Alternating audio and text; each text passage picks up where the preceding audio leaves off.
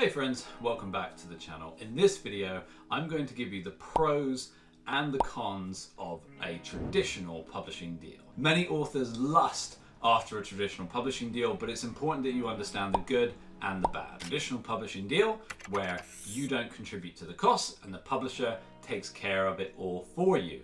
There's a hybrid deal, which of course is a mixture of the two. So the publisher covers some of the costs, you cover the other half, and then there is a royalty split depending on the deal arranged. Then of course there's self-publishing, which is where you pay the upfront costs, but you get to keep your royalties. If you work with a company like us, you actually get to keep 100% of your net royalties, but these deals, again, do vary. Now let's dive into what's good about a traditional publishing deal and what is bad about a traditional publishing deal. So let's get the cons out of the way first. The first major con is time. When it comes to a traditional publishing deal, you have to spend time finding an agent that's going to represent you, and then on top of that, the agent has to go and find a publisher who is willing to publish your book. Now this entire process can take anywhere from between a year to as long as 4 or maybe even 5 years to go from that initial contact with the agent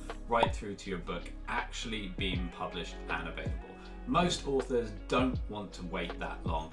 I certainly wouldn't want to wait that long to see my book on the shelves. Another con is that you will have no control over your book once you sign that deal. So once the traditional publisher owns the copyright to your book, they will take over creative control, and the book that ultimately gets published may be very different to what you originally had intended for your book. You actually end up paying for your book either way. So even if the traditional publisher pays for the upfront costs, you will at some point reimburse them from the royalties that the book generates. So with most deals, you as the author are not going to get paid a penny until the publisher has recouped the advance they paid you, marketing costs, staffing costs, editing, the list goes on and on and on. And so it could be a very long time before you actually see any more money. This is why self-publishing is increasing in popularity, because from as little as £1,500,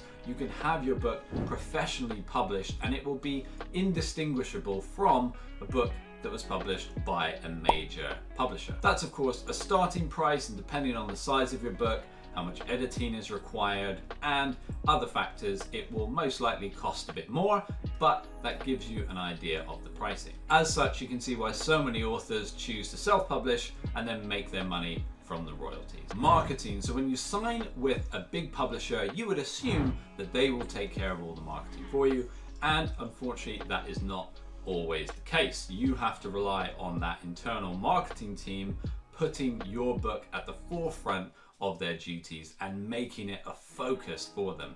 This doesn't always happen like it should, and on top of that you might see a restructure in the marketing team, or it might just get forgotten, and we have seen this happen. So you're really having to put your trust in someone else. Most of the time authors end up having to do the marketing for themselves, whether they have self-published or traditionally published. Transparency is another big issue we hear all the time from traditionally published authors.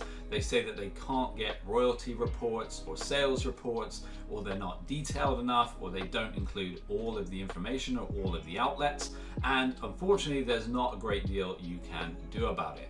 With self-publishing, particularly if you chose a company like ourselves, we provide all of that information to you. You actually have your own login, so you can actively go in and just see everything that's happening. Finally, the biggest con is that traditional publishers just see what sticks. So it comes with this prestige that they're very selective over the books they choose to publish.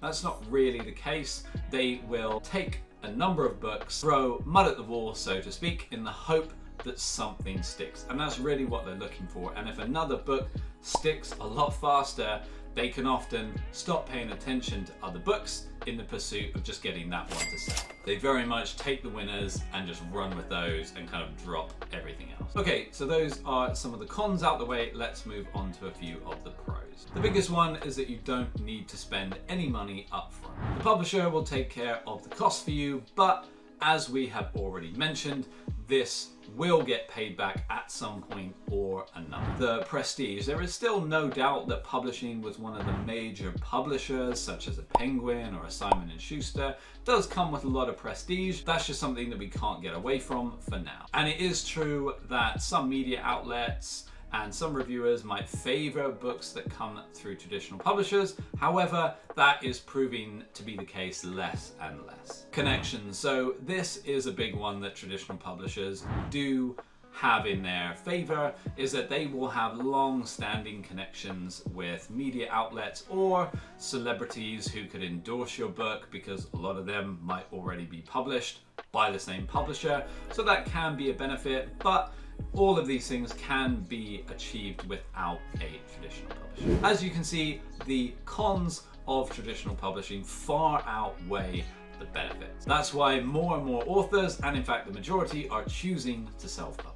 Thanks for watching. If you want to hear why more authors are rejecting traditional publishing deals, then click here. And if you want to hear why the founder of Reebok decided to self-publish his next book, then click here.